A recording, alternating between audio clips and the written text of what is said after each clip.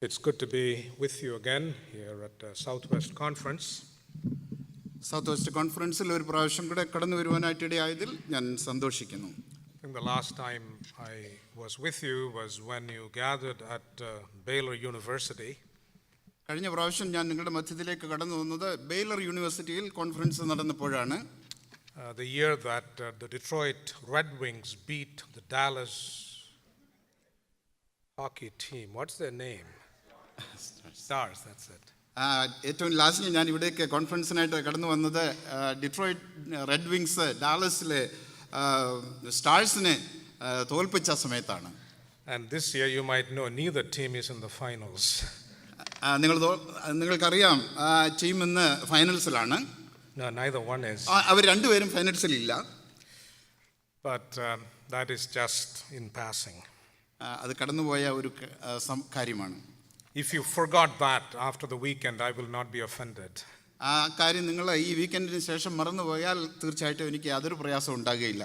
I trust there will be some things that you will hear through the course of the weekend that will remain with you for good and for God's glory. എന്നേക്കുമായിട്ട് നിങ്ങളുടെ മനസ്സിൽ സ്ഥിരമായിരിക്കുവാനുള്ള ചില കാര്യങ്ങളായിരിക്കും ഇവിടെ ഈ വീക്കെൻഡിൽ നിങ്ങൾ കേൾക്കുന്നത്. ദൈവത്തിന്റെ നാമത്തിന്റെ മഹത്വത്തിനായി തീരട്ടെ എന്ന് ഞാൻ പ്രാർത്ഥിക്കുന്നു. I'd like to read with you this morning in the first letter of Peter and chapter 3. 1 പത്രോസ് 3-ാം അധ്യായത്തിൽ നിന്ന് നിങ്ങളോട് സംസാരിക്കുവാനായിട്ട് ഞാൻ ആഗ്രഹിക്കുന്നു. 1 Peter chapter 3 and beginning at verse 8 and all the way through verse 17. 8 മുതൽ 17 വരെയുള്ള വാക്യങ്ങൾ ഞാൻ വായിക്കുവാൻ ആഗ്രഹിക്കുന്നു. 1 പത്രോസ് 3-ാം അധ്യായത്തിൻ്റെ 8 മുതൽ 17 വരെയുള്ള വാക്യങ്ങൾ. തീർച്ചയ്ക്ക് എല്ലാവരും ഐകമത്യവും സഹതാപവും സഹോദരപ്രീതിയും മനസ്സലിവും വിനയബുദ്ധിയും ഉള്ളവരായിരിക്കുവിൻ. ദോഷത്തിന് ദോഷവും ശകാരത്തിന് ശകാരവും പകരം ചെയ്യാതെ നിങ്ങൾ അനുഗ്രഹം അനുഭവിക്കേണ്ടതിന് വിളിക്കപ്പെട്ടതുകൊണ്ട് അനുഗ്രഹിക്കുന്നവരായിരിക്കുവിൻ.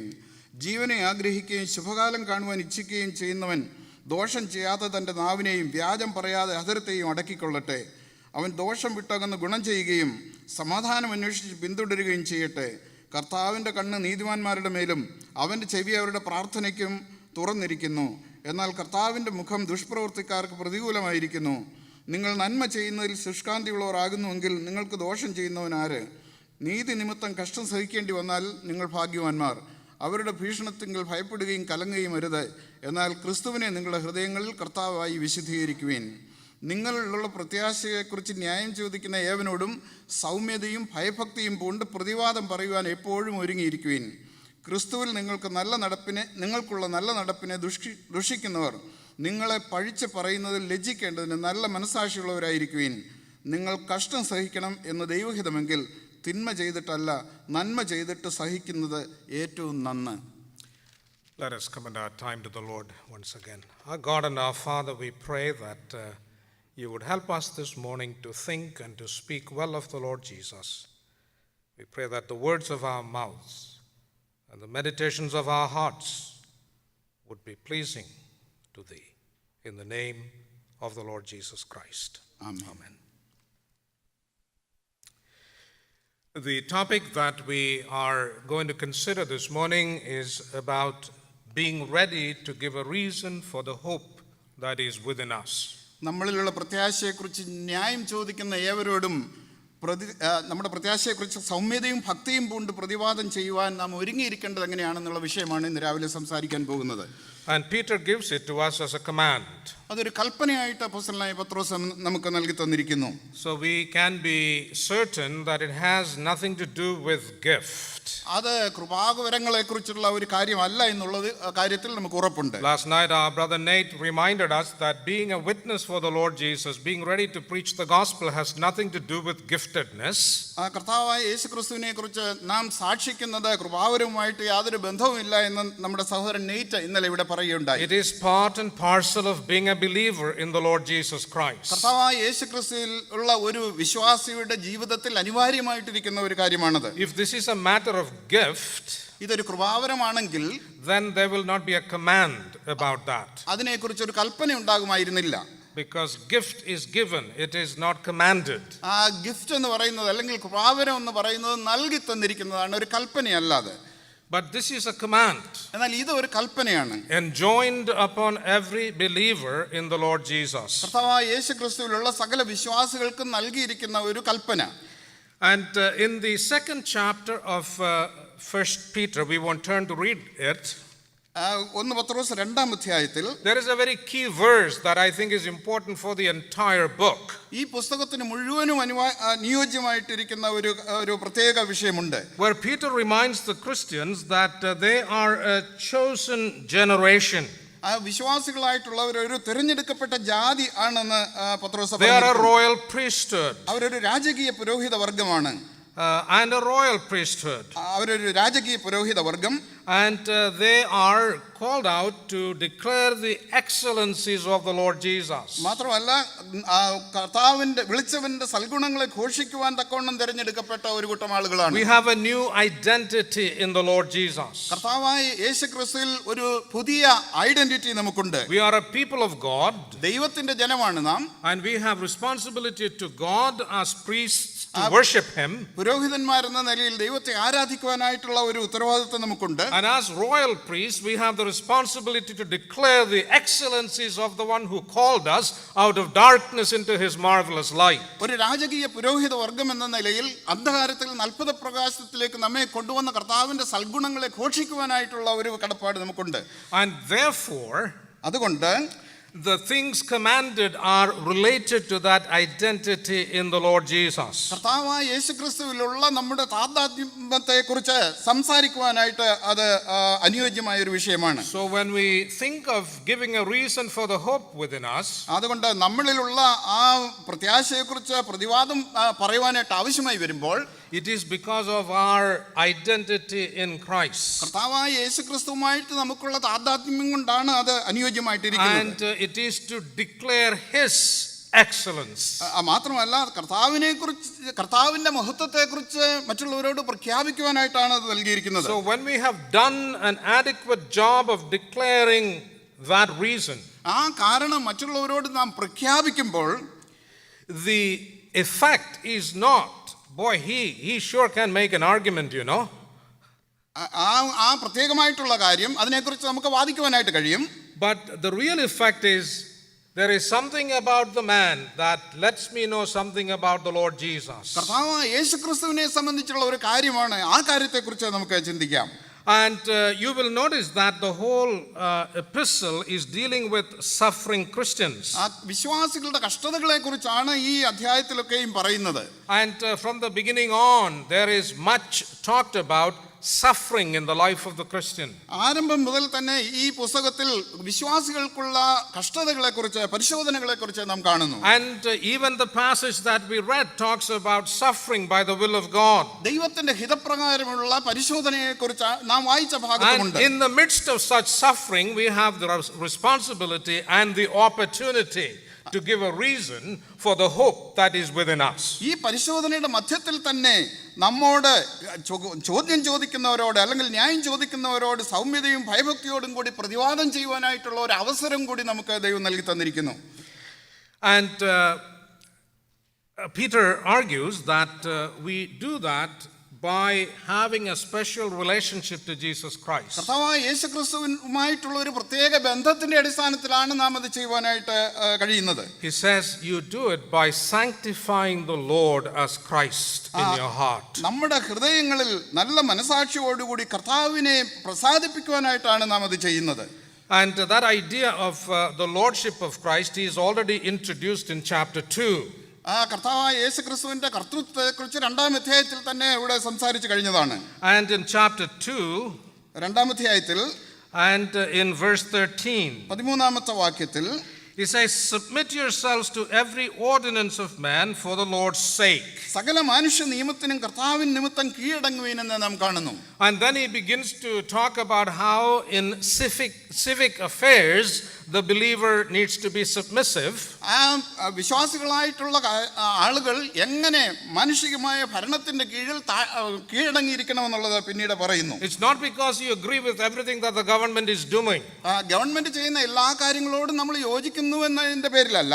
But you submit to civic authorities because of your relationship to Jesus Christ, and He is your Lord. കർത്താവായ യേശുക്രിസ്തുവുമായിട്ടുള്ള ബന്ധവും കർത്താവ് നമ്മുടെ കർത്താവുമായിരിക്കാൻ ആണ് അത് നിമിത്തമാണ് ശ്രേഷ്ഠ അധികാരങ്ങൾക്ക് നാം A കീഴടങ്ങുന്നത്. little bit later, he talks about how you need to be submissive to employers. എങ്ങനെയാണ് നമ്മുടെ യജമാനന്മാരോട് നാം കീഴടങ്ങി ഇരിക്കേണ്ടതെന്ന് പിന്നീട് അവൻ പറയുന്നു. And not just the good employer who gives you lavish raises and good compliments and all of that, നല്ലവരായിട്ടുള്ള യജമാനന്മാരോട് മാത്രമല്ല, but even the ones that are harsh. വളരെ കഠിനമായിട്ട് ഇടപെടുന്ന യജമാനന്മാരോടും നമ്മൾ കീഴടങ്ങിയിരിക്കുവാൻ ആവശ്യമുണ്ട്. The unjust ones. അനീതി പ്രവർത്തിക്കുന്നവരായിട്ടുള്ളവര്. The word is actually crooked ones. വളഞ്ഞിരിക്കുന്നവർ അല്ലെങ്കിൽ വളവളപ്പുള്ളവരോടും നാം കീഴടങ്ങിയിരിക്കണം. And the word is actually the word from which we have the English word scoliosis. Scoliosis എന്നുള്ള English വേർഡിന്റെ ആണ് അതിന്റെ യഥാർത്ഥമായിട്ടുള്ള അർത്ഥം. A real curvature in the back. പുറം വളഞ്ഞവര്, The same word that is used to talk about the wicked and perverse generation. അധർമ്മവും ദുഷ്ടതയും പ്രവർത്തിക്കുന്നതായിട്ടുള്ള ഒരു തലമുറ.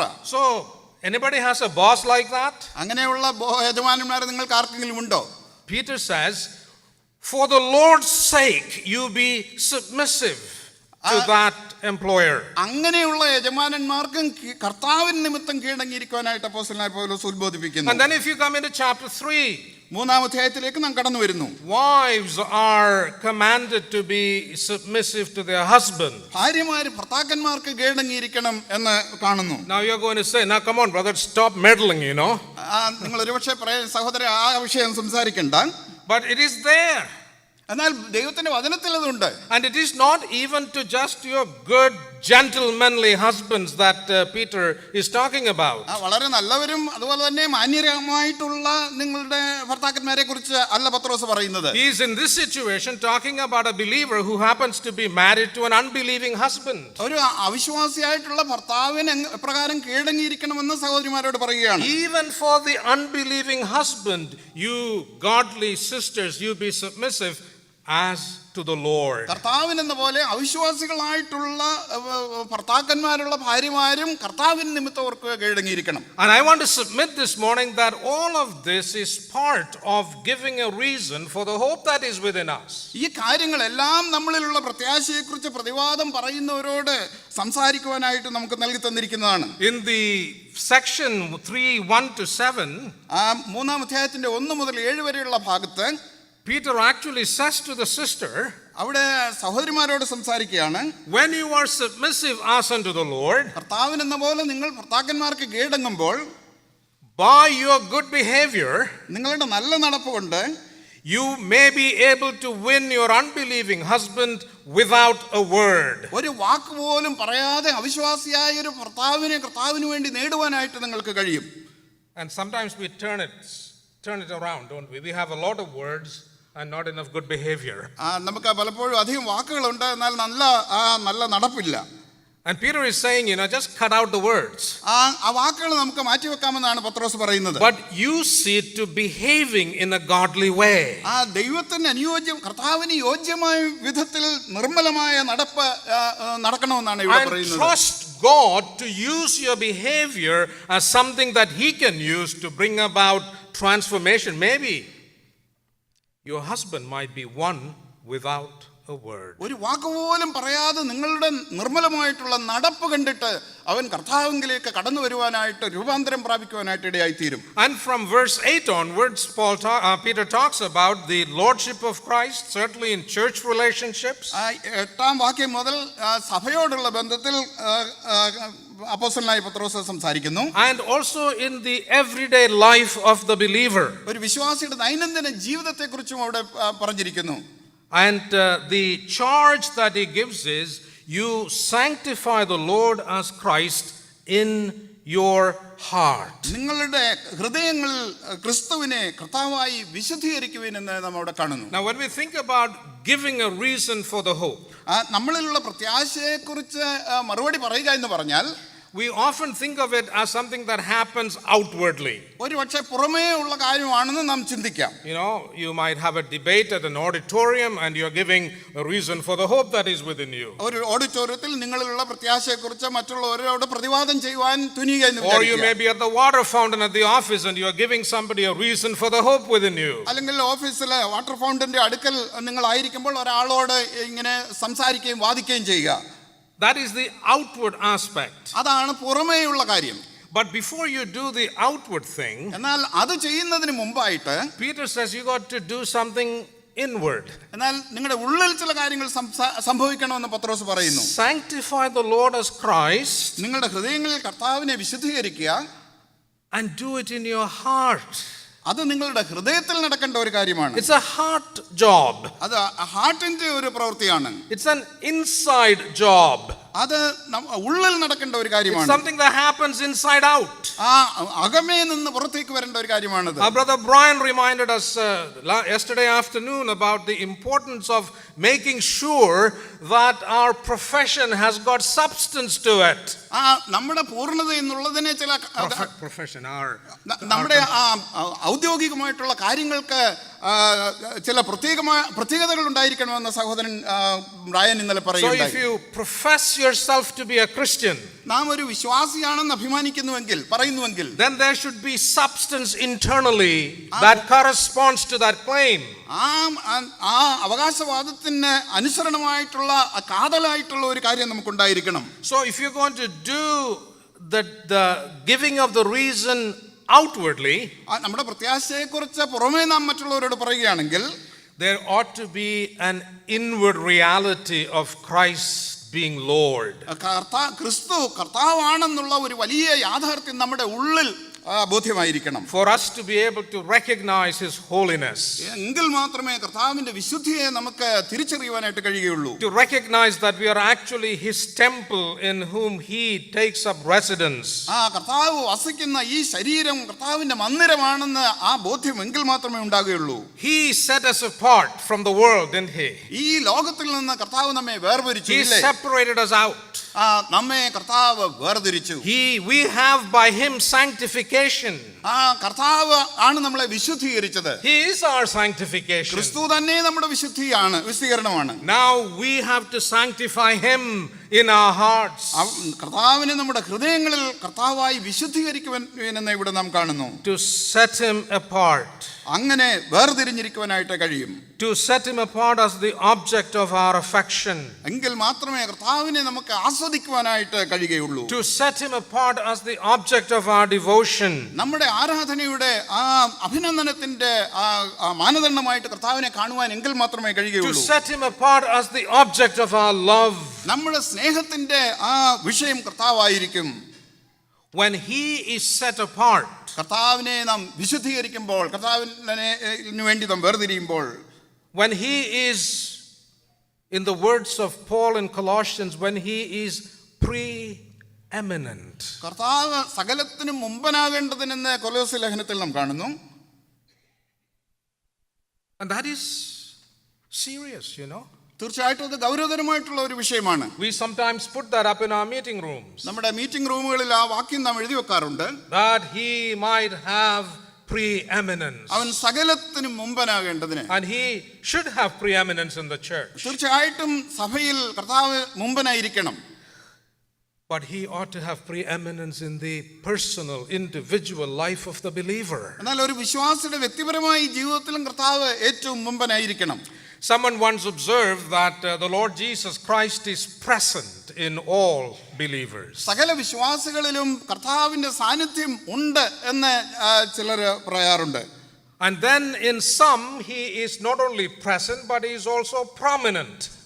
ചിലരുടെ ജീവിതത്തിൽ കർത്താവിന്റെ സാന്നിധ്യം ഉണ്ടെന്ന് മാത്രമല്ല അവരുടെ ജീവിതത്തിൽ ഏറ്റവും പ്രഥമ സ്ഥാനം കർത്താവിനായിരിക്കും. But then He went on to say that in few, only a few, is Christ preeminent. എന്നാൽ വളരെ ചുരുക്കം ചില ആളുകളുടെ ജീവിതത്തിലെ കർത്താവ് ഏറ്റവും മുമ്പനായിട്ടിരിക്കുകയുള്ളൂ. Is the Lord Jesus preeminent in your life this നിങ്ങളുടെ morning? ജീവിതത്തിൽ കർത്താവ് സകലത്തിനും മുമ്പനാണോ? Is the Lord Jesus preeminent in your family? നിങ്ങളുടെ കുടുംബജീവിതത്തിൽ കർത്താവ് ഏറ്റവും മുമ്പനാണോ? Is he preeminent in your workplace? നമ്മുടെ ജോലി സ്ഥലങ്ങളിൽ കർത്താവ് ഏറ്റവും മുമ്പനാണോ? Is he Lord of your work? നമ്മുടെ ജോലിയിൽ കർത്താവാണോ അവൻ, യജമാനാണോ? Is he free to show up at work with you? നമ്മുടെ ജോലി സ്ഥലങ്ങളിൽ കർത്താവിന് വരുവാനായിട്ട് കഴിയുമോ? Would there be things that you do at your work that you would be ashamed for the Lord to see? കർത്താവ് വന്ന് അത് കാണുകയാണെങ്കിൽ ലജ്ജിക്കത്തക്കവണ്ണമുള്ള കാര്യങ്ങൾ നിന്റെ ജോലി സ്ഥലത്തുണ്ടോ? As husbands, do you know that Jesus is Lord of your life in the home as you lead? നിങ്ങൾ ഭവനത്തെ നയിക്കുമ്പോൾ ഭർത്താക്കന്മാരെ കർത്താവ് നിങ്ങളുടെ ജീവിതത്തിൽ ഏറ്റവും മുമ്പനാണോ? Some of us men think that the attitude that should govern us as husbands being head in the home is the buck stops here.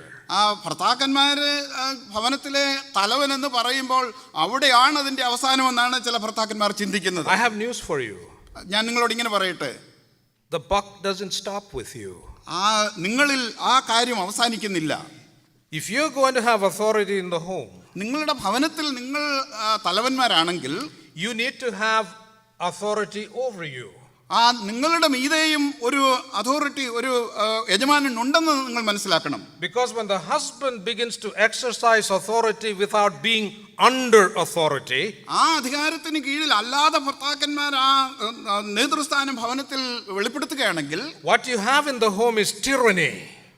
തീർച്ചയായിട്ടും നിങ്ങളുടെ ഭവനത്തിൽ ഒരു ഭീകരന്മാരായി നിങ്ങൾ ആയിരിക്കും. You remember the military leader who came to the Lord Jesus and wanted a favor done in Luke's Gospel chapter 7, I believe. ലൂക്കോസിന്റെ സുവിശേഷം 7-ാം അധ്യായത്തിൽ ഒരു മിലിറ്ററി ലീഡർ കർത്താവിന്റെ അടുക്കൽ കടന്നു വരുന്നതായിട്ട് നാം കാണുന്നു. He wanted him to heal this boy. അവന്റെ ദാസനെ സൗഖ്യമാക്കുവാനായിട്ട് പറയുന്നു. And as the Lord is proceeding to do that, കർത്താവ് അത് ചെയ്യുവാനായിട്ട് തുടങ്ങുമ്പോൾ he sends a group of people and says, Lord, you don't need to come. കർത്താവേ, നീ എന്റെ ഭവനത്തിലേക്ക് വരണ്ട. You can just give a word. നീ ഒരു വാക്ക് കൽപ്പിച്ചാൽ മതി. Because I am also a man under authority. ഞാനും അധികാരത്തിന് കീഴിലുള്ളവൻ. I say to one, go, and he goes. ഒരുവനോട് പോക എന്ന് പറഞ്ഞാൽ അവൻ പോകും. And to another, come, and he comes. ഒരുവനോട് വരാൻ പറഞ്ഞാൽ അവൻ വരും. He has authority. അവനും അധികാരമുള്ള ഒരു മനുഷ്യനാണ്. But he recognizes he is under authority. എന്നാൽ മറ്റൊരാൾക്ക് അവൻ കീഴിലാണെന്ന് ഉള്ളത് അവന് ബോധ്യമുണ്ടായിരുന്നു. I want to challenge husbands, Christian husbands, വിശ്വാസികളായ ഭർത്താക്കന്മാരെ ഇന്ന് രാവിലെ വെല്ലുവിളിക്കുവാൻ ഞാൻ ആഗ്രഹിക്കുന്നു. to search your heart, നിങ്ങളുടെ ഹൃദയങ്ങളെ ഒന്ന് ശോധന ചെയ്യുക. to see if you have sanctified Christ as Lord when it comes to your home life. നിങ്ങളുടെ ഭവന ജീവിതത്തിൽ കർത്താവിനെ നിങ്ങൾക്ക് വിശുദ്ധീകരിക്കുവാനായിട്ട് കഴിഞ്ഞിട്ടുണ്ടോ? Have you learned to take commands from him? കർത്താവിൽ നിന്ന് കൽപ്പന സ്വീകരിക്കുവാനായിട്ടുള്ള മനസ്സ് നിങ്ങൾക്കുണ്ടോ? Have you learned to obey him? കർത്താവിനെ അനുസരിക്കാൻ നിങ്ങൾക്ക് മനസ്സുണ്ടോ? If you are under authority of Christ, ക്രിസ്തുവിന്റെ അധികാരത്തിന് കീഴിലാണ് നിങ്ങളെങ്കിൽ, your wife is in a good place to be able to submit to you. തീർച്ചയായിട്ടും നിങ്ങൾക്ക് കീഴടങ്ങുവാനായിട്ട് നിങ്ങളുടെ ഭാര്യയ്ക്ക് സാധിക്കും. And the sister who struggles with submitting to the husband, ഭർത്താവിന് കീഴടങ്ങുവാനായിട്ട് പ്രയാസമുള്ള സഹോദരിമാർ, some might say, you don't know the man that I live with. ഞാൻ ജീവിക്കുന്നത് എങ്ങനെയുള്ള ഒരാളുടെ കൂടാണ് നിങ്ങൾക്ക് അറിയത്തില്ല എന്ന് ഒരുപക്ഷെ നിങ്ങൾ പറയും. If you knew the man I live with, you would never impose on this, you know. ഞാൻ കൂടെ ജീവിക്കുന്ന ഭർത്താവ് എങ്ങനെയുള്ള ആളാണെന്ന് നിങ്ങൾ അറിഞ്ഞിരുന്നെങ്കിൽ ഈ കാര്യമൊന്നും എന്നോട് പറയുകയില്ലായിരുന്നു എന്ന് നിങ്ങൾ പറയും. But in scripture, when it talks about this business of submitting, എന്നാൽ ഈ കീഴടങ്ങുന്ന വിഷയത്തെക്കുറിച്ച് ദൈവത്തിന്റെ വചനം പറയുമ്പോൾ, it's not saying to the wife to submit if your husband is a halfway decent man. ഒരു നല്ല ഡീസന്റ് ആയിട്ടുള്ള മാന്യനായ മനുഷ്യനാണെങ്കിൽ കീഴടങ്ങണമെന്നല്ല ദൈവവചനം പറഞ്ഞിരിക്കുന്നത്. And it doesn't say to the husband to love his wife if the wife is, reasonable and fairly cooperative. ഭാര്യ വളരെ സഹകരണ മനോഭാവമുള്ള ഒരു നല്ലവളാണെങ്കിൽ അങ്ങനെ ചെയ്യണമെന്നല്ല പറഞ്ഞിരിക്കുന്നത്. See, the Holy Spirit took that whole bit out of the equation. ദൈവത്തിന്റെ പരിശുദ്ധാത്മാവ് ആ വിഷയം അവിടെ നിന്ന് മാറ്റിയിരിക്കുകയാണ്. When the husband is to love, ഭർത്താവ് സ്നേഹിക്കണമെന്ന് പറയുമ്പോൾ, and the wife is to submit, ഭാര്യ കീഴടങ്ങണമെന്ന് പറയുമ്പോൾ, it is both as unto the Lord. കർത്താവിനെന്ന പോലെ എന്നാണ് ബൈബിൾ പറയുന്നത്. Our partners are kind of kept out of the equation. നമ്മുടെ പങ്കാളിയെ ആ ഇക്വേഷനിൽ നിന്ന് മാറ്റിയിരിക്കുകയാണ്. It is part of your discipleship to Jesus Christ. കർത്താവായ യേശുക്രിസ്തുവിന്റെ ശിഷ്യത്വത്തിന്റെ ഒരു ഭാഗമാണ്. It is part of your obedience to him. കർത്താവിനോടുള്ള നമ്മുടെ അനുസരണത്തിന്റെ ഒരു ഭാഗമാണത്. It is part of you sanctifying the Lord as Christ in your heart. കർത്താവിനെ ക്രിസ്തുവായിട്ട് നിങ്ങൾ വിശുദ്ധീകരിക്കുന്നതിന്റെ ഒരു ഭാഗമാണത്. It's an inward thing. അത് തീർച്ചയായിട്ടും ഉള്ളിൽ സംഭവിക്കേണ്ട ഒരു കാര്യമാണ്. But then it's got an outward corresponding aspect. എന്നാൽ അതേ സമയം തന്നെ പുറമേയുള്ള കാര്യങ്ങളോട് ബന്ധപ്പെടുത്തിയും അത് പറഞ്ഞിരിക്കുന്നു. You give a reason. നിങ്ങൾ മറ്റുള്ളവരോട് പറയണം ആ പ്രത്യാശയെക്കുറിച്ച്. And sometimes it is done in very formal and official ways. ചിലപ്പോൾ ഔദ്യോഗികമായ രീതിയിൽ വളരെ ഫോർമലായിട്ട് അത് പറയാറുണ്ട്. You can look in the ministry of the great apostle Paul in Acts. അപ്പോസ്തല പ്രവൃത്തിയിൽ അപ്പോസ്തലനായ പൗലോസിനോടുള്ള ബന്ധത്തിൽ അത് പറഞ്ഞിട്ടുണ്ട്. When he is called before the authorities, he gives a reason. അധികാരികളുടെ മുൻപാകെ താൻ ചോദ്യം ചെയ്തപ്പോൾ താൻ പ്രതിവാദം പറയുന്നതായിട്ട് നാം കാണുന്നു. It's a defense. തീർച്ചയായിട്ടും അവനോട് ചോദിച്ച കാര്യങ്ങളെ അവൻ ഡിഫെൻഡ് ചെയ്യുകയായിരുന്നു. And in 2 Timothy he talks about how some of his fellow believers kind of left him.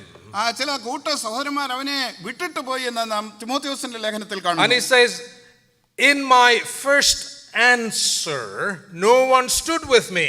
എന്റെ ഒന്നാം പ്രതിവാദത്തിൽ ആരും എനിക്ക് കൂട്ടുനിന്നില്ല എന്ന് പൗലോസ് പറയുന്നു. All forsook me. എല്ലാവരും എന്നെ കൈവിട്ടു. But the Lord stood. എന്നാൽ കർത്താവ് എന്റെ കൂടെ നിന്നു. It's the same idea as what Peter is talking about in 1 Peter 3. അതേ ആശയം തന്നെയാണ് അപ്പോസ്തലനായ പത്രോസ് ഇവിടെയും പറയുന്നത്. So it is a public defense, it's a formal defense. ഇത് പരസ്യമായിട്ടുള്ള ഒരു പ്രതിവാദമാണ്. But not all of us are called upon to do that. എന്നാൽ നമുക്ക് എല്ലാവർക്കും അത് പരസ്യമായിട്ട് ചെയ്യുവാനായിട്ട് കഴിയുകയില്ല. But every one of us ought to be ready. എന്നാൽ നാം എല്ലാവരും നമ്മിലുള്ള പ്രതിവാദത്തെക്കുറിച്ച് പറയാൻ തയ്യാറായിരിക്കണം. We need to prepare ourselves. നമ്മെ തന്നെ നാം ഒരുക്കിയിരിക്കണം. It's a daily preparation. അത് ദൈനംദിനമുള്ള ഒരു ഒരുക്കമാണ്. Now, in the beginning of chapter 3, the wife is giving a reason for the hope. മൂന്നാം അധ്യായത്തിന്റെ ആരംഭ ഭാഗത്ത് ഭാര്യ തന്റെ പ്രതിവാദം പറയുന്നതായിട്ടാണ് കാണുന്നത്. And she does it by her good behavior. അവളുടെ നല്ല നടപ്പ് കൊണ്ടാണ് അത് അവൾ തെളിയിക്കുന്നത്. But she also has sanctified the Lord as Christ in her heart. എന്നാൽ അവളും അവളുടെ ഹൃദയത്തിൽ കർത്താവായി വിശുദ്ധീകരിക്കുന്നു. Slaves who were mistreated in chapter 2, they are giving a reason for the hope that is within them. രണ്ടാമത്തെ അധ്യായത്തിൽ ദാസന്മാരായിട്ടുള്ളവർ അടിമകളായിട്ടുള്ളവർ പ്രതിവാദം പറയുന്നതായിട്ട് നാം കാണുന്നു. They give a reason for the hope within them. അവരിലുള്ള ആ പ്രത്യാശയെക്കുറിച്ചുള്ള പ്രതിവാദം അവർ പറയുന്നു. Because they have sanctified the Lord as Christ in their heart. കാരണം ക്രിസ്തുവിനെ തങ്ങളുടെ ഹൃദയങ്ങളിൽ കർത്താവായിട്ട് അവർ വിശുദ്ധീകരിച്ചു. Maybe many of those Christians were getting persecuted even by government. ഒരുപക്ഷേ ഗവൺമെന്റിന്റെ വലിയ ഉപദ്രവം അങ്ങനെയുള്ള വിശ്വാസികൾക്ക് നേരിട്ടിരിക്കാം.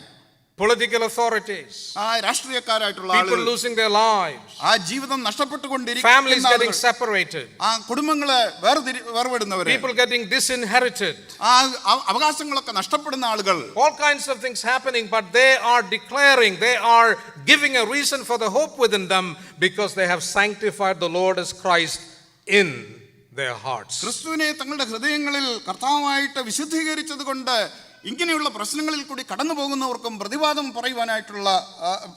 ചെയ്യുവാനായിട്ട് സാധിച്ചു. See, our Lord Jesus was also interested in that inward reality, wasn't he? തന്നിലുള്ള ആ യാഥാർത്ഥ്യത്തെക്കുറിച്ച് പറയുവാനായിട്ട് കർത്താവായ യേശുക്രിസ്തുവിനും തീർച്ചയായിട്ടും കഴിഞ്ഞു. Turn with me to the Gospel of Mark for a moment. മർക്കോസിന്റെ സുവിശേഷത്തിലേക്ക് നമുക്ക് തിരിയാം. And chapter 3. മൂന്നാം അധ്യായം.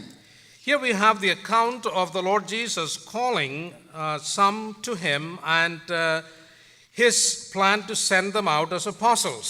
കർത്താവ് ചില ആളുകളെ വിളിച്ചിട്ട് അപ്പോസ്തലന്മാരായിട്ട് അയക്കുന്നതായിട്ട് നാം ഇവിടെ കാണുന്നു. Many came, അനേകം ആളുകൾ കടന്നു വന്നു. And out of those who came, കടന്നു വന്നവരുടെ കൂട്ടത്തിൽ he's called out some. ചില ആളുകളെ പ്രത്യേകമായിട്ട് താൻ വിളിച്ചു. And I'm looking at chapter 3 of Mark's Gospel. മർക്കോസിന്റെ സുവിശേഷം മൂന്നാം അധ്യായം And verse 14. 14-ാമത്തെ വാക്യം. അവൻ തന്നോടുകൂടെ ഇരിക്കുവാനും പ്രസംഗിക്കേണ്ടതിന് അയക്കുവാനും ഭൂതങ്ങളെ പുറത്താക്കേണ്ടതിന് അധികാരം ഉണ്ടാകുവാനും 12 നിയമിച്ചു. So here is a very important order that Mark gives us. മർക്കോസ് വളരെ കൃത്യമായിട്ടുള്ള ഒരു ക്രമം ഇവിടെ നൽകി തരുന്നു. He called them and ordained these 12, number 1, that they should be with him. ഈ ബോധിച്ചവരെ അടുക്കൽ വിളിച്ചിട്ട് അവരോട് പറയുന്നത് ഒന്നാമത്തെ കാര്യം തന്നോടുകൂടി ഇരിക്കുവാനായിട്ട്. And then after they have been with him, then to send them out. അതിനുശേഷം പുറത്തേക്ക് പോകുവാനായിട്ട്. And I think the order is very important. ഈ ക്രമം വളരെ പ്രധാനപ്പെട്ടതാണ്. It is only as we have learned to be with him, കർത്താവിനോട് കൂടെ ആയിരിക്കാൻ പഠിച്ചെങ്കിൽ മാത്രമേ we will have anything to give when we go out. പുറത്തേക്ക് നാം പോകുമ്പോൾ മറ്റുള്ളവർക്ക് കൊടുക്കുവാനായിട്ട് കഴിയുകയുള്ളൂ. Sometimes we want to cut corners, ചിലപ്പോൾ ചില കുറുക്ക് വഴികൾ നാം കണ്ടുപിടിക്കാൻ ശ്രമിക്കാറുണ്ട്. We want to have the cliff notes. നമുക്ക് വളരെ പെട്ടെന്ന് കാര്യങ്ങൾ ചെയ്യുവാനായിട്ടുള്ള ആഗ്രഹമുണ്ട്. Because that's the American way, right? അതാണ് അമേരിക്കയിൽ സാധാരണ ചെയ്യാറുള്ളത്. We want to get there faster. എത്രയും പെട്ടെന്ന് അവിടെ ചെല്ലണം. We want to be the first to get there. നാം ആയിരിക്കണം ആദ്യം അവിടെ ചെല്ലുന്നത്. And I want to avoid all the lines. ആ ലൈനിലൊന്നും നിൽക്കാനായിട്ട് വയ്യ. We want to have instant mashed potatoes. പെട്ടെന്ന് ഉണ്ടാക്കുന്ന മാഷ് പൊട്ടാറ്റോ നമുക്ക് വേണം. Instant tea, instant gratification. പെട്ടെന്ന് ഉണ്ടാക്കാവുന്ന ചായ, പെട്ടെന്ന് ലഭിക്കാവുന്ന സംതൃപ്തി. I don't want to wait for anything. ഒരു കാര്യത്തിനു വേണ്ടി കാത്തിരിക്കുവാനായിട്ടുള്ള മനസ്സില്ല. And sometimes we want to give the reason for the hope within us also in kind of this instant sort of way. നമ്മളുടെ പ്രത്യാശയെക്കുറിച്ച് പ്രതിവാദം പറയുന്നവരോടും പെട്ടെന്ന് മറുപടി പറയുവാനായിട്ട് നാം ആഗ്രഹിക്കും. Now, if you had a quick word to give, please don't feel that you're doing something wrong. പെട്ടെന്ന് എന്തെങ്കിലും പറയുവാനായിട്ട് സാധിച്ചാൽ അത് തെറ്റാണെന്ന് ഞാൻ പറയുകയില്ല. But the Lord Jesus had a plan, didn't he? എന്നാൽ കർത്താവായ യേശുക്രിസ്തുവിന് ഇതിനൊരു ക്രമം ഉണ്ടായിരുന്നു. He said, I'm going to call you so that you will come and you will be with me. നിങ്ങൾ കടന്നു വരികയും എന്നോട് കൂടി ആയിരിക്കുകയും ചെയ്യുക എന്നുള്ളതാണ് കർത്താവ് ആദ്യമായിട്ട് ആഗ്രഹിച്ചത്. That you will learn from me. എന്നിൽ നിന്ന് നിങ്ങൾ പഠിക്കുക. You will learn of me. എന്നോട് നിങ്ങൾ പഠിക്കുക. And when you have learned to be with me and you have learned from me and you have learned of me, then I will send you out. എന്നോട് കൂടെ ഇരുന്ന് എന്നിൽ നിന്ന് പഠിക്കുകയും എന്നോട് പഠിക്കുകയും ചെയ്യുമ്പോൾ ഞാൻ നിങ്ങളെ അയക്കും. And now, did that actually work? അത് ശരിയായ രീതിയിൽ അത് നന്നായിരുന്നു. Look with me at in the book of Acts in chapter 4. അപ്പോസ്തലരുടെ പ്രവൃത്തി 4-ാം അധ്യായം നോക്കുക. And verse 13. 13-ാമത്തെ വാക്യം. അവർ പത്രോസിന്റെയും യോഹന്നാനെയും ധൈര്യം കാണുകയാലും ഇവർ പഠിപ്പില്ലാത്ത ഒരു സാമാന്യരുമായ മനുഷ്യരെന്ന് ഗ്രഹിക്കുകയാലും ആശ്ചര്യപ്പെട്ടു. അവർ യേശുവിനോടുകൂടെ ആയിരുന്നവർ എന്നും അറിഞ്ഞു. You got it? നിങ്ങൾക്കത് മനസ്സിലായോ?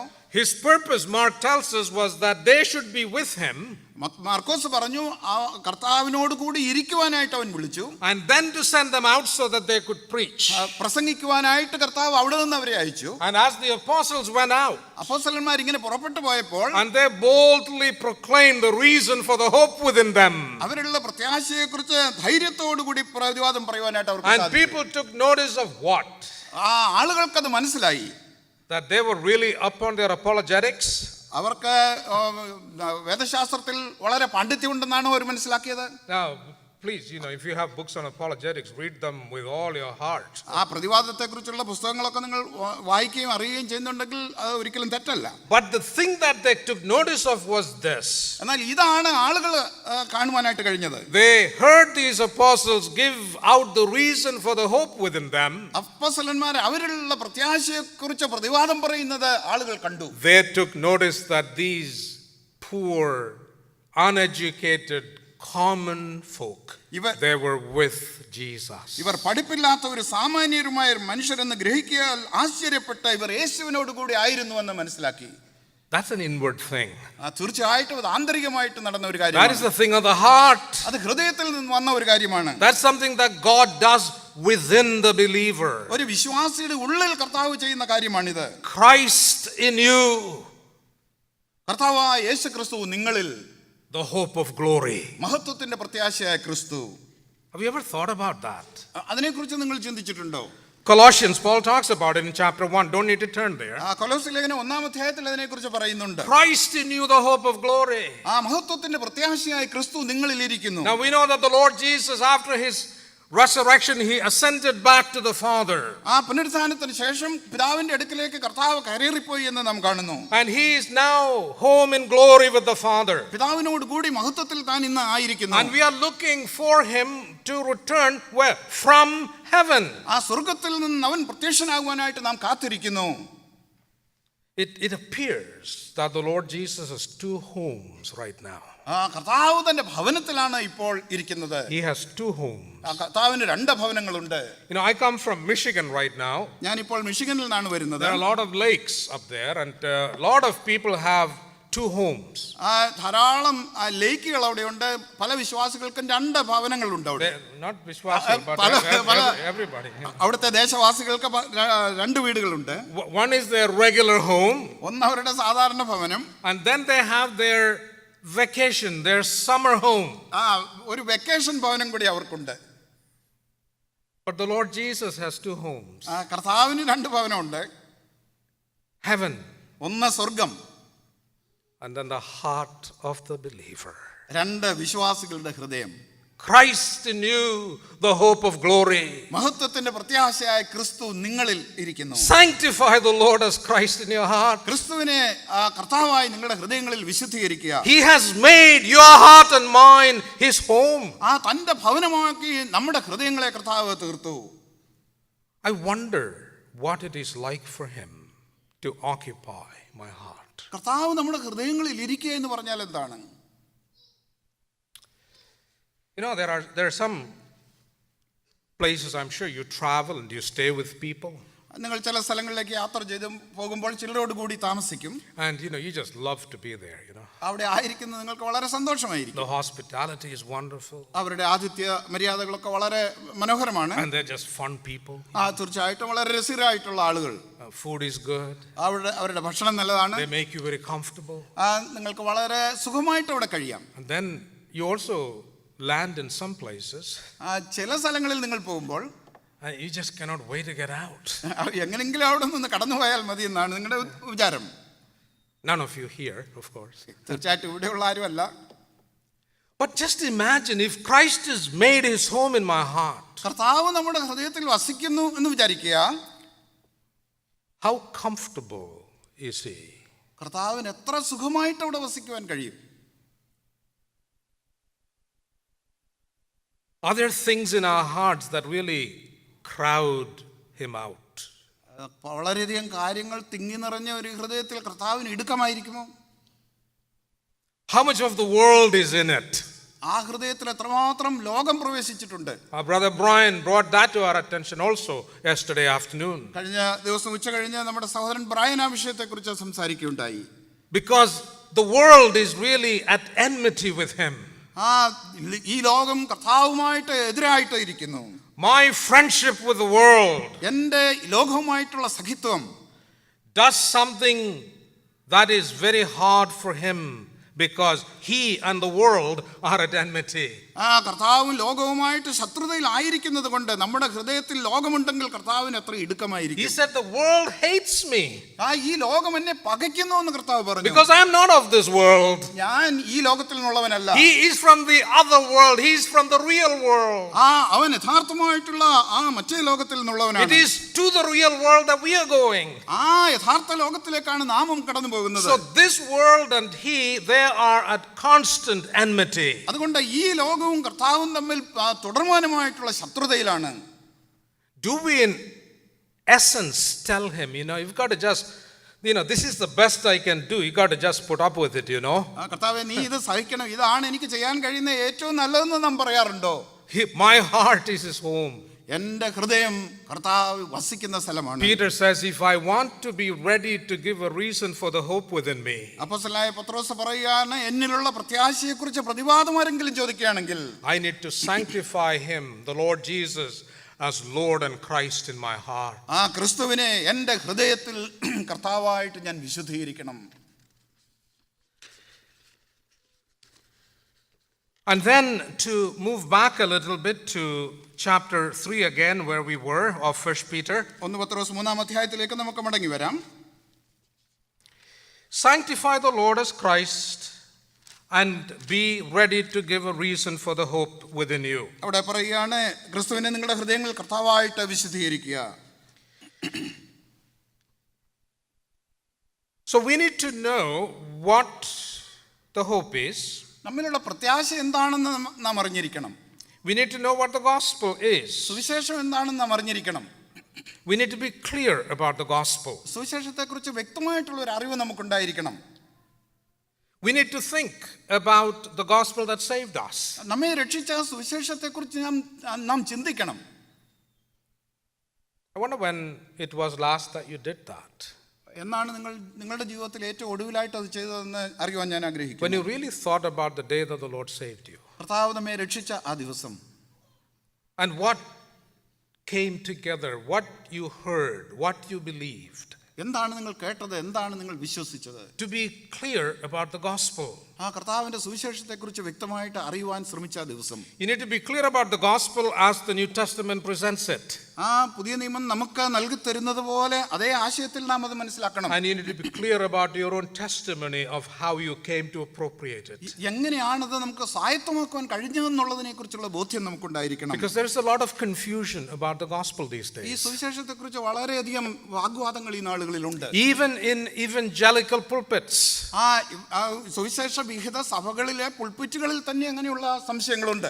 I like to think of it as people having what I like to call a palliative gospel.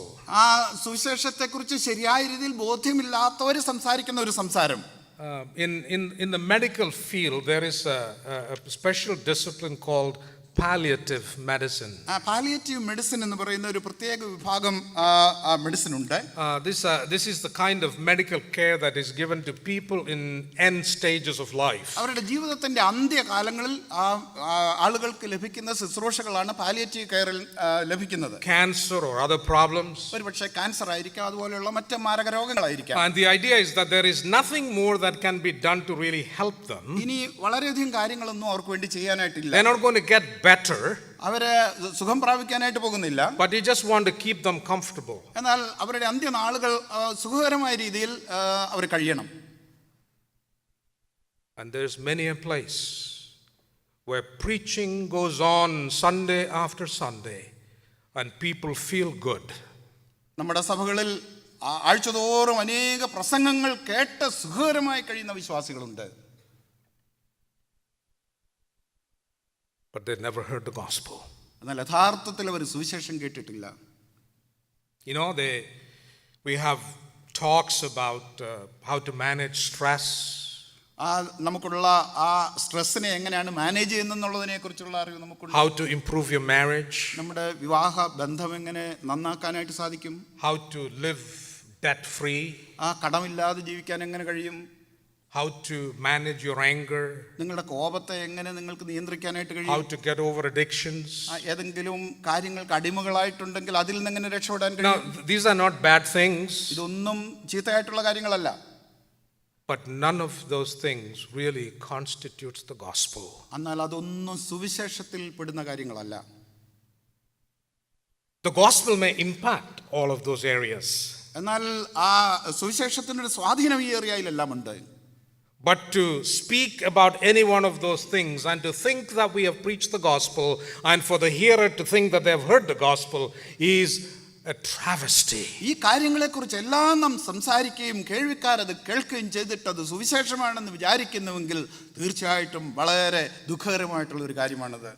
If we are going to give a reason for the hope, നിങ്ങളുടെ പ്രത്യാശയെക്കുറിച്ച് പ്രതിവാദം ചോദിക്കുന്നവരോട് ഉത്തരം പറയാൻ ശ്രമിക്കുകയാണെങ്കിൽ we need to be clear about the gospel. സുവിശേഷത്തെക്കുറിച്ച് ശരിയായ ബോധ്യം നമുക്കുണ്ടായിരിക്കണം. You need to be clear about how you came to have hope within you. നിങ്ങളിൽ എങ്ങനെയാണ് കർത്താവിന്റെ പ്രത്യാശ ഉണ്ടായതെന്ന് നിങ്ങൾ മനസ്സിലാക്കിയിരിക്കണം. See, hope is not just being somewhat of an optimist. പ്രത്യാശ എന്ന് പറഞ്ഞാൽ ഒരു കാര്യത്തെക്കുറിച്ച് നല്ല ചിന്തയുള്ളവരായിട്ടിരിക്കുക എന്നുള്ളതല്ല. You know, he lets nothing beat him, you know. ഒരു കാര്യവും പരാജയപ്പെടുത്തുവാനായിട്ട് അങ്ങനെയുള്ള ആളുകളെ He's സാധിക്കില്ല. a very just constitutionally just an optimistic kind of guy. എല്ലാ കാര്യങ്ങളെക്കുറിച്ചും വളരെ നന്നായിട്ട് മാത്രം ചിന്തിക്കുന്ന ഒരാള്. You know, he can always see a silver lining. ആ ഒരു വെള്ളി രേഖ എല്ലായിടത്തും കാണുവാനായിട്ട് കഴിയുന്ന That is not വിശ്വാസമുള്ളവർ.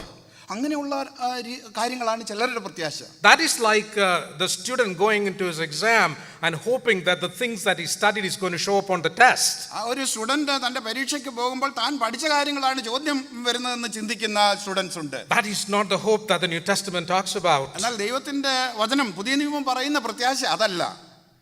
The hope that the New Testament talks about, that Peter talks about, is the hope that is tied up with our new birth. നമ്മുടെ പുതുജനനവുമായിട്ട് ചേർക്കപ്പെട്ടിരിക്കുന്ന ഒരു പ്രത്യാശയെക്കുറിച്ചാണ് പത്രോസ് ഇവിടെ സംസാരിക്കുന്നത്. Chapter 1 and verse 3 tells us that this is the hope that is tied up with the resurrection of Jesus from the dead. ഒന്നാമത്തെ അധ്യായത്തിന്റെ 3-ാമത്തെ വാക്യത്തിൽ നമ്മുടെ പുനരുത്ഥാനവുമായിട്ടുള്ള ബന്ധത്തിൽ തന്റെ കരുണാധിക്യ പ്രകാരം നമ്മെ ജീവനുള്ള പ്രത്യാശയ്ക്കായിട്ട് ഉളവാക്കിയിരിക്കുന്നു. This is the hope that comes from the word of God. ദൈവത്തിൽ നിന്ന് വരുന്ന പ്രത്യാശയാണ്. This is the the hope that comes from the God of hope. ആ പ്രത്യാശയുടെ ദൈവത്തിൽ നിന്ന് വരുന്ന പ്രത്യാശയാണിത്. We need to have a reason for the hope within us. തീർച്ചയായിട്ടും നമ്മളിലുള്ള ആ പ്രത്യാശയെക്കുറിച്ച് പ്രതിവാദം പറയുവാൻ നമ്മൾ ഒരുങ്ങിയിരിക്കണം. Be clear about the gospel. സുവിശേഷത്തെക്കുറിച്ചുള്ള ശരിയായ ബോധ്യം നമുക്കുണ്ടായിരിക്കണം. But that's not all of it. എന്നാൽ അത് എല്ലാമായില്ല. In being ready for the reason for the hope within us and to be able to give it, നമ്മളുടെ പ്രത്യാശയെക്കുറിച്ച് പ്രതിവാദം പറയുവാനായിട്ട് നാം ഒരുങ്ങിയിരിക്കുമ്പോൾ the character of the gospeler is just as important as the content of the gospel. ആ സുവിശേഷത്തിന്റെ ഉള്ളടക്കം എങ്ങനെയായിരിക്കുന്നു അതുപോലെ തന്നെ ആ സുവിശേഷത്തിൽ ആരെക്കുറിച്ച് പറഞ്ഞിരിക്കുന്നു ആ ആളും പ്രധാനപ്പെട്ട ആളാണ്. Peter says, പത്രോസ് ഇവിടെ പറയുകയാണ്, you be ready to do it, നിങ്ങളത് ചെയ്യുവാൻ ഒരുങ്ങിയിരിക്കുക, and do it with meekness and with fear. ഇവിടെ ഭയത്തോടും അതുപോലെ തന്നെ വളരെ ജെന്റിലായിട്ടും അത് ചെയ്യുവാനായിട്ട് പറഞ്ഞിരിക്കുകയാണ്. Because sometimes when you get some access into truth, that can kind of puff you up. ഒരു പക്ഷേ ചില സത്യങ്ങളെക്കുറിച്ചുള്ള അറിവ് നമ്മുടെ അറിവ് ചീർപ്പിക്കുവാനായിട്ടിടയായി തീരും. And Peter is very aware of how prone we are to do that. അങ്ങനെയുള്ള കാര്യങ്ങൾ ചെയ്യുവാൻ സാധ്യതയുണ്ടെന്ന് അപ്പോസ്തലനായ പത്രോസിന് നന്നായിട്ട് അറിയാം. Maybe Peter has a memory of his own past. ഒരുപക്ഷേ തന്റെ ആ ഭൂതകാലത്തെക്കുറിച്ചുള്ള ചിന്ത പത്രോസിന്റെ ജീവിതത്തിൽ ഉണ്ടായിരുന്നിരിക്കാം. When he was not always meek.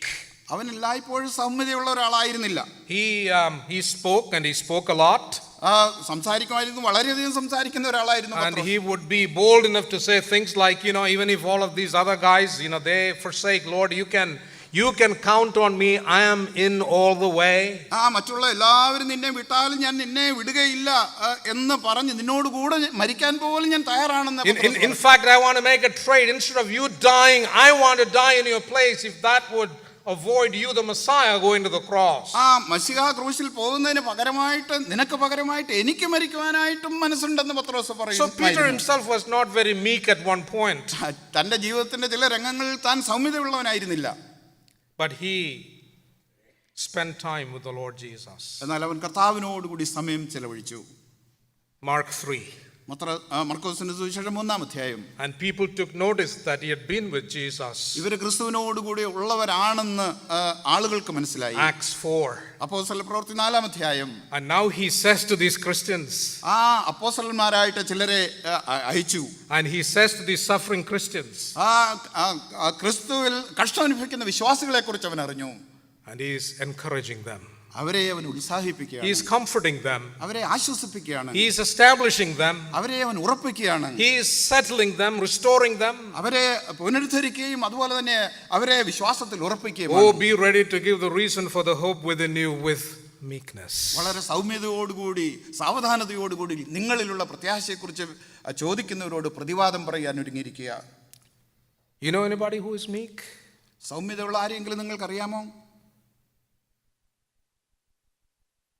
It's not natural, അത് പ്രകൃത്യാ സംഭവിക്കുന്ന ഒരു കാര്യമല്ല.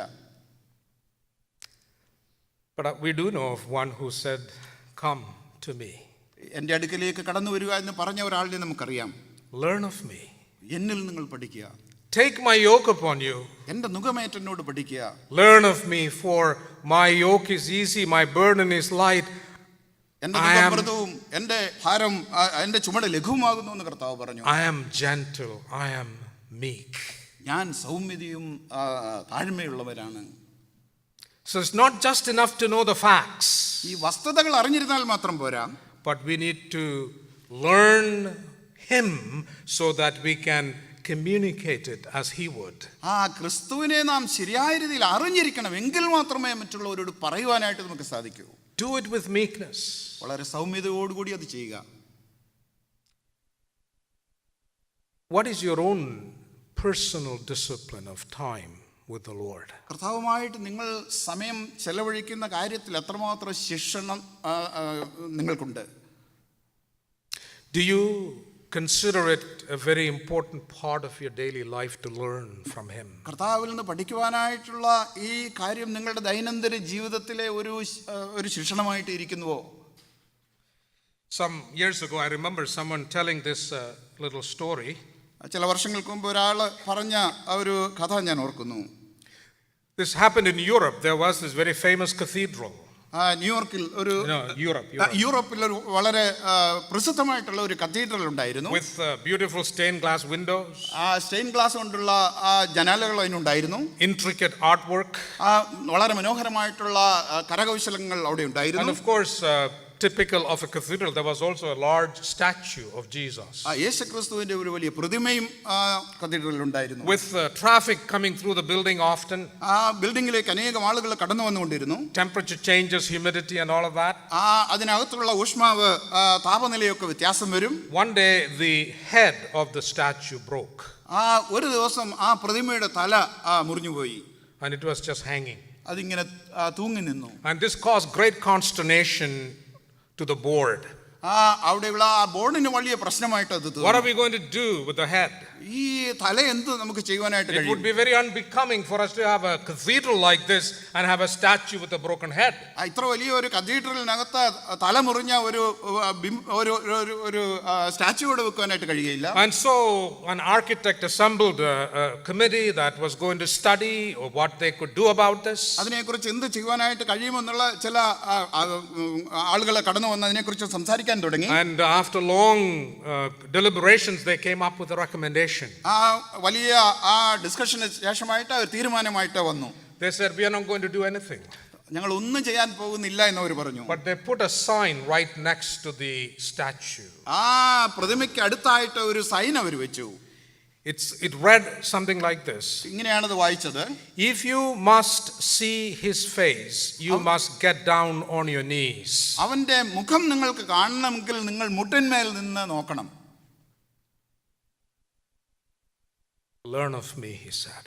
കർത്താവ് പറഞ്ഞു, എന്നിൽ നിന്ന് പഠിക്കുക. I am meek. ഞാൻ സൗമ്യതയും താഴ്മയും ഉള്ളവനാകിയാൽ. I am gentle. ഞാൻ താഴ്മയുള്ളവനാണ്. Oh, brothers, sisters, we are called upon to give a reason for the hope within us with meekness. പ്രിയമുള്ള സഹോദരി സഹോദരന്മാരെ, നമ്മിലുള്ള പ്രത്യാശയെക്കുറിച്ച് പ്രതിവാദം ചെയ്യുന്നവരോട് സൗമ്യതയോടും താഴ്മയോടും കൂടി മറുപടി പറയുവാൻ നമുക്ക് ആവശ്യമുണ്ട്. And also with fear. മാത്രമല്ല ഭയത്തോടും കൂടി അത് ചെയ്യണമെന്നാണ് പറയുന്നത്. Not fear of people. മറ്റു മനുഷ്യരെ ഭയന്നല്ല. Because Peter tells elsewhere that we should not be afraid of their fear. മറ്റു മനുഷ്യരെ ഭയപ്പെടരുതെന്ന് പത്രോസ് വേറൊരു ഭാഗത്ത് പറയുന്നു. So he cannot be saying not be afraid of people elsewhere and here say that when you give the reason for the hope within them you should fear people. മറ്റുള്ള ഭാഗത്ത് മനുഷ്യരെ ഭയപ്പെടരുതെന്ന് പറഞ്ഞിട്ട് ഇവിടെ നിങ്ങളുള്ള പ്രത്യാശയെക്കുറിച്ച് ചോദിക്കുന്നവരോട് പ്രതിവാദം പറയുമ്പോൾ നിങ്ങൾ ഭയപ്പെടുവാനായിട്ട് അവൻ പറയാൻ കഴിയില്ല. But he's saying, you do it with meekness and with fear of God. സൗമ്യതയോടുകൂടി ദൈവത്തെ ഭയപ്പെട്ട് ചെയ്യണമെന്നാണ് പറഞ്ഞിരിക്കുന്നത്. With reverential awe of God. ദൈവത്തെക്കുറിച്ച് ഭയത്തോടുകൂടിയുള്ള ഒരു ആസ്വാദനം നമുക്കുണ്ടായിരിക്കണം. A reverent attitude toward him. ദൈവത്തോട് മനഃപൂർവ്വമായിട്ടുള്ള ഒരു ആസ്വാദനം, ഒരു അഭിനന്ദനം. A humble dependence upon him. ദൈവത്തിലുള്ള പരിപൂർണമായിട്ടുള്ള ഒരു ആശ്രയ ബോധം നമുക്കുണ്ടായിരിക്കണം. That's how we give the reason for the hope within us. അങ്ങനെ മാത്രമേ നമുക്ക് നമ്മിലുള്ള പ്രത്യാശയെക്കുറിച്ച് പ്രതിവാദം ചെയ്യുന്നവരോട് മറുപടി പറയാനായിട്ട് നമുക്ക് കഴിയൂ. And then he says you do it with a good conscience. മാത്രമല്ല നല്ല മനസാക്ഷിയോടുകൂടി നാം അത് ചെയ്യണമെന്ന് പിന്നീട് പറയുന്നു. That your life is consistent with the message that you're giving out. നാം മറ്റുള്ളവരോട് പ്രസംഗിക്കുന്ന പ്രസംഗത്തിന് അനുസാരമായിട്ടുള്ള ഒരു ജീവിതം നമുക്കുണ്ടായിരിക്കണം. You know, I think it was Shakespeare who once said, conscience doth make cowards of us all. നമ്മെ മനസാക്ഷി നമ്മെ എല്ലാവരെയും ഭീരുക്കളാക്കി തീർക്കുമെന്ന് ഷേക്സ്പിയർ പറഞ്ഞിട്ടുണ്ട്. See, that's because our life and our behavior, they are not matching up. ചിലപ്പോൾ നമ്മുടെ ജീവിതവും നമ്മുടെ പ്രസംഗവും തമ്മിൽ ഒരുമപ്പെട്ടു പോകുകയില്ല. Behavior and belief. നമ്മുടെ പെരുമാറ്റവും നമ്മളുടെ വിശ്വാസവും. Our creed and our conduct. നാം വിശ്വസിക്കുന്ന പ്രമാണങ്ങളായിട്ട് അത് മാറണം. Our faith and our life. നമ്മുടെ വിശ്വാസവും നമ്മുടെ ജീവിതവും they need to be in harmony one with another. ഒന്നിനോടൊന്ന് ചേർന്ന് ഒരുമപ്പെട്ടു പോകണം. That is what it means to do it with a good conscience. അതാണ് നല്ല മനസാക്ഷിയോടുകൂടി ചെയ്യണമെന്ന് പറഞ്ഞിരിക്കുന്നതിന്റെ അർത്ഥം.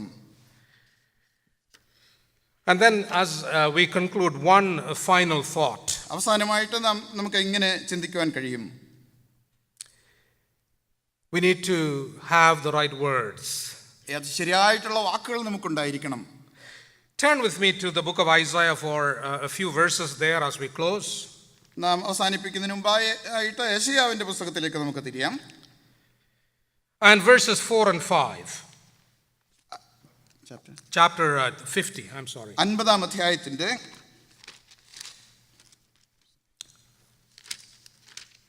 verses 4 and 5. 4-5 വാക്യങ്ങൾ.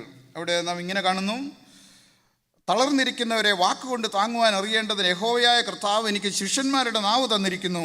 അവൻ രാവിലെ തോറും ഉണർത്തുന്നു. ശിഷ്യന്മാരെ പോലെ കേൾക്കേണ്ടതിന് അവൻ എൻ്റെ ചെവി ഉണർത്തുന്നു.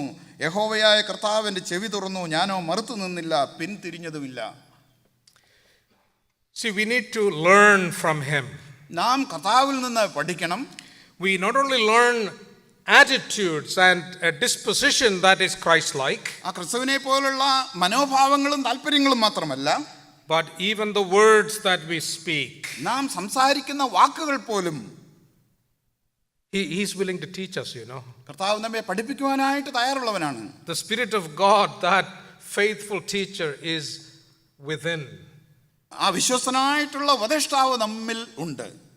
And he is so eager to take that which is Christ's and give it to us. ആ ക്രിസ്തുവിനുള്ളത് നമുക്ക് എടുത്ത് നൽകുവാനായിട്ട് അവൻ ആഗ്രഹിക്കുന്നു. You know, we sometimes quote that verse very joyfully, you know, eye has not seen, ear hasn't heard the things that God has prepared for those that love him. ദൈവത്തെ സ്നേഹിക്കുന്നവർക്ക് നിർണയപ്രകാരം വിളിക്കുന്നവർക്ക് സകലവും നന്മയ്ക്കായി കൂടി. Eye has not. ചെവി കേട്ടിട്ടില്ല, കണ്ണ് കണ്ടിട്ടില്ല, ഒരു മനുഷ്യന്റെയും ഹൃദയത്തിൽ തോന്നിയിട്ടുമില്ല എന്നുള്ള വാക്യം നമുക്ക് നന്നായിട്ട് അറിയാം. You know, in 1 Corinthians 2, we won't turn there. 1 കൊരിന്ത്യർ 2-ാം അധ്യായത്തിലുണ്ട്, അവിടേക്ക് നമുക്ക് പോകണ്ട. But you know, most of us know verse 9. 9-ാമത്തെ വാക്യം നമ്മിൽ പലർക്കും അറിയാം. And we stop and we think that, you know, all of those things are something that's coming down the pike, you know, maybe when we get to heaven. ഒരുപക്ഷെ സ്വർഗ്ഗത്തിൽ ചെല്ലുമ്പോൾ നമുക്ക് സംഭവിക്കുവാൻ ലഭിക്കുവാൻ പോകുന്ന കാര്യങ്ങളാണെന്ന് ഒരുപക്ഷെ നാം ചിന്തിച്ചേക്കാം. But sometime read verse 10. എന്നാൽ ചിലപ്പോൾ ആ 10-ാം വാക്യം കൂടി ഒന്ന് വായിക്കേണ്ടി വരും. Because ending at verse 9 is like, you know, somebody is calling you on the phone and you heard half the message and you hung up. ആരെങ്കിലും ഫോണിൽ വിളിച്ചിട്ട് പകുതി മെസ്സേജ് പറഞ്ഞതിന് ശേഷം ആ ഫോൺ ഹാങ് ചെയ്യുന്നത് പോലെയാണ് 9-ാം വാക്യം മാത്രം If you leave after verse 9, you just hung up on the Holy Spirit. 9-ാം വാക്യം മാത്രം വായിച്ചിട്ട് നിർത്തുകയാണെങ്കിൽ ഹോളി സ്പിരിറ്റിനോട് നിങ്ങൾ ഫോൺ ഹാങ് ചെയ്യുന്നത് പോലെയാണ്. Because in the very next verse it says, but എന്നാൽ എന്ന 10-ാമത്തെ വാക്യത്തിൽ ഇങ്ങനെ കാണുന്നു, God has revealed them to us by his Spirit. തന്റെ ആത്മാവിനാൽ ദൈവം നമുക്കത് വെളിപ്പെടുത്തി തന്നിരിക്കുന്നു. He wants to teach us. നമ്മെ പഠിപ്പിക്കുവാനായിട്ട് കർത്താവ് ആഗ്രഹിക്കുന്നു. Not only about his character, അവന്റെ സ്വഭാവത്തെക്കുറിച്ച് മാത്രമല്ല, but the words that we might speak to one who is weary. ക്ഷീണിച്ചിരിക്കുന്നവരോട് നാം പറയുന്ന വാക്കുകളെ കുറിച്ച് പോലും ബോധ്യമുള്ളവരായിട്ട് നാം. See, this is not about having a kind of a good way with words, you know. വാക്കുകളുടെ ഒരു നല്ല പ്രയോഗമല്ല നമുക്ക് അവിടെ ആവശ്യം. You know, what's it called? Gift of gab, you know. Don't translate it. Or it's not even about someone who is very outgoing and gregarious and all of that. നമ്മുടെ വാക്കുകളെ കുറിച്ച് നന്നായിട്ട് അത് യൂസ് ചെയ്യാനായിട്ട് കഴിവുള്ള ഒരു ആള് പ്രയോഗിക്കുന്ന വാക്കുകളല്ല. Gift of gab and gregariousness and just a social presence, it may be good for a corporate salesman. അങ്ങനെയുള്ള കാര്യങ്ങളൊക്കെ ചെയ്യുന്നത് കോർപ്പറേറ്റ് സെയിൽസ്മെൻ ആണ്. നല്ല വാക്കുകളെ പ്രയോഗിച്ച് വാചാലമായിട്ട് It may not go far at all when it comes to giving a reason for the hope within you to speak a word to one who is weary. വളരെ ക്ഷീണിച്ച മനസ്സോടുകൂടി ഇരിക്കുന്നവർക്ക് വാക്കുകൊണ്ട് താങ്ങുവാനായിട്ട് നമുക്ക് അറിയാമെങ്കിൽ നമ്മിലുള്ള പ്രത്യാശയെക്കുറിച്ച് പ്രതിവാദം ചെയ്യുന്നവരോട് മറുപടി പറയുവാനായിട്ട് നമുക്ക് കഴിയും. Isaiah 50 is talking about God's beloved, well-pleasing servant. ദൈവത്തിന്റെ പ്രിയദാസനെ കുറിച്ചാണ് യെശയ്യാ പ്രവചനം 50-ാം അധ്യായം സംസാരിക്കുന്നത്. He spoke words. ധാരാളം വാക്കുകൾ ഇവിടെ പറയുന്നുണ്ട്. When he spoke not his own words, he said, but I speak that which I have heard my father speak. എൻ്റെ പിതാവ് സംസാരിച്ച കാര്യങ്ങളാണ് ഞാൻ സംസാരിക്കുന്നതെന്ന്. My words are not my own. എൻ്റെ വാക്കുകളല്ല. And because he spoke the words that he heard his father speak, തന്റെ പിതാവ് സംസാരിച്ച വാക്കുകൾ അവൻ കേട്ടിട്ടുള്ളത് കൊണ്ട് the people who heard him speak said, never man spake like this man. മനുഷ്യർ ആരും ഇവൻ സംസാരിക്കുന്ന പോലെ സംസാരിച്ചിട്ടില്ല എന്ന് ആളുകൾ പറയാൻ തുടങ്ങി. People wondered at his generous words that proceeded out of his mouth. അവന്റെ വായിൽ നിന്ന് വന്ന ലാവണ്യ വാക്കുകൾ കേട്ടിട്ട് ആളുകൾ അത്ഭുതസ്തബ്ധരായി. And about him Isaiah says, അവനെക്കുറിച്ച് യെശയ്യാ പ്രവാചകൻ പറയുകയാണ്, he had the tongue of the learned. ഇവിടെ കർത്താവ് എനിക്ക് ശിഷ്യന്മാരുടെ നാവ് തന്നിരിക്കുന്നു. Well, we all like to have the tongue of the learned, don't we? വളരെ അറിവുള്ളവരുടെ നാവ് നമുക്കെല്ലാവർക്കും താല്പര്യമുള്ളതാണ്. But the tongue of the learned, എന്നാൽ ഇവിടെ ശിഷ്യന്മാരുടെ നാവ് എന്ന് പറഞ്ഞിരിക്കുന്നത്, it happens as part of a process. അതൊരു പ്രക്രിയയുടെ ഭാഗമാണ്. It's not by osmosis. Osmosis കൊണ്ട് സംഭവിക്കുന്ന ഒരു കാര്യമല്ല. It's not by sheer will. ആ മനസ്സിന്റെ ഇച്ഛയുടെ ഉറപ്പ് കൊണ്ടുള്ളതല്ല. It's not a fantasy. അത് ഒരു സ്വപ്നമല്ല. But the tongue of the learned belongs to the one who has the ear of the learner. ശിഷ്യന്മാരുടെ നാവുള്ളവർ അവര് കേൾക്കുവാനായിട്ട് സാമർഥ്യമുള്ളവരായിരുന്നു. He knew how to hear. എങ്ങനെയാണ് കേൾക്കുക എന്നുള്ളത് അവർക്കറിയാമായിരുന്നു. You know what it means to hear? ഈ കേൾക്കുക എന്ന് പറഞ്ഞാൽ എന്താണെന്ന് അറിയാമോ? It's not just an auditory experience. ചെവി കൊണ്ട് നാം കേൾക്കുന്ന വാക്കുകളെ കുറിച്ചല്ല ഇവിടെ പറയുന്നത്. Suppose you get home after the conference and your 5-year-old is video chatting or something with his grandmother, you know. നിങ്ങൾ വീട്ടിൽ കോൺഫറൻസിന് ശേഷം ഭവനത്തിൽ എത്തുമ്പോൾ നിങ്ങളുടെ 5 വയസ്സുള്ള കുട്ടി വല്യമ്മച്ചിയുമായിട്ട് ചാറ്റ് ചെയ്യുക, സംസാരിക്കുന്നത് ശ്രദ്ധിക്കുക, നോക്കുക. Or the myriad friends he has on the social network. അല്ലെങ്കിൽ സോഷ്യൽ നെറ്റ്വർക്കുകളിൽ അവൻ സംഭാഷിക്കുന്ന സംഭാഷണത്തിന്റെ വാക്കുകളല്ല. And it's time for family dinner. നാം ഭവനത്തിലെ ഭക്ഷണത്തിനായിട്ട് ഇരിക്കുമ്പോൾ and you call little Joel to come. ജോയലിനെ നിങ്ങൾ വിളിക്കുന്നു. But Joel is having a grand old time talking with all these people. ഈ മറ്റുള്ളവരോടൊക്കെ സംഭാഷണത്തിൽ താൻ ആകർഷനായിട്ട് അവനിരിക്കുകയാണ്. After about the second time you start addressing with his middle name. രണ്ടാമത് നിങ്ങൾ അവനെ വിളിക്കുന്ന ഉടനെ അവന്റെ മിഡിൽ നെയിം ചേർത്തായിരിക്കും അവനെ വിളിക്കുന്നത്. Did you hear what I said? ഞാൻ നിന്നോട് പറഞ്ഞത് നീ കേട്ടോ? And the implication of the question is not I'm ready to book an appointment for you with the local audiologist. നിനക്കൊരു നല്ല അപ്പോയിന്റ്മെന്റ് അവിടെ പ്രാദേശികമായിട്ടുള്ള ഒരു ഓഡിയോളജിസ്റ്റുമായിട്ട് ഉണ്ടാക്കാനല്ല അവനോട് പറയുന്നത്. The implication is that when I say something and you hear it, I want you to do something about it. ഞാൻ നിന്നോട് ഒന്നാമത് തന്നെ സംസാരിക്കുമ്പോൾ നീ അത് കേൾക്കണം, അനുസരിക്കണം എന്നുള്ള അർത്ഥത്തിലാണ് അവനോട് സംസാരിക്കുന്നത്. And the ear of the learner was like that. ശിഷ്യന്മാരുടെ കേൾവി അതുപോലുള്ള കേൾവിയായിരുന്നു. And it actually says in verse 5, I heard and I was not rebellious. 5-ാമത്തെ വാക്യത്തിൽ കർത്താവ് എൻ്റെ ചെവി തുറന്നു, ഞാൻ മറുത്തു നിന്നില്ല എന്ന് നാം കാണുന്നു. Oh my dear brother and sister, do you have the habit of having the Lord awaken your ear? പ്രിയ സഹോദരി സഹോദരന്മാരെ, കർത്താവ് നിങ്ങളുടെ ചെവി തുറന്നു, നിങ്ങൾ അവൻ്റെ ആ സംസാരത്തോട് മറുത്തു നിന്നു. And then you have the tongue of the learned. അങ്ങനെ ആണെങ്കിൽ തീർച്ചയായിട്ടും ശിഷ്യന്മാരുടെ നാവ് നിങ്ങൾക്ക് ലഭിക്കും. And if you have the ear of the learner, ശിഷ്യന്മാരുടെ ചെവി നിങ്ങൾക്കുണ്ടെങ്കിൽ, and the tongue of the learned, അതുപോലെ ശിഷ്യന്മാരുടെ നാവ് നിങ്ങൾക്കുണ്ടെങ്കിൽ, then you'll be able to speak a word to the weary. അങ്ങനെയെങ്കിൽ മനസ്സ് തകർന്നിരിക്കുന്നവരോട്, ക്ഷീണിച്ചിരിക്കുന്നവരോട് ഒരു നല്ല വാക്ക് പറയുവാൻ നിങ്ങൾക്ക് കഴിയും. And you meet them every day. അങ്ങനെയുള്ള ആളുകളെ എല്ലാ ദിവസവും നിങ്ങൾ കാണാറുണ്ട്. You see them in every place. സകല സ്ഥലങ്ങളിലും നിങ്ങൾക്ക് അങ്ങനെയുള്ളവരെ കാണാൻ കഴിയും. Be ready. നിങ്ങൾ ഒരുങ്ങിയിരിക്കുക. To give a reason for the hope that is within you. നിങ്ങളുള്ള പ്രത്യാശയെക്കുറിച്ച് ചോദ്യം ചോദിക്കുന്നവരോട് പ്രതിവാദം പറയുവാൻ ഒരുങ്ങിയിരിക്കുക. Christ in you. ക്രിസ്തു നിങ്ങളിൽ. The hope of glory. മഹത്വത്തിന്റെ പ്രത്യാശയായ ക്രിസ്തു. To the glory and praise of his great name. കർത്താവിന്റെ വിലയേറിയ നാമത്തിന്റെ മഹത്വത്തിനായിട്ട്.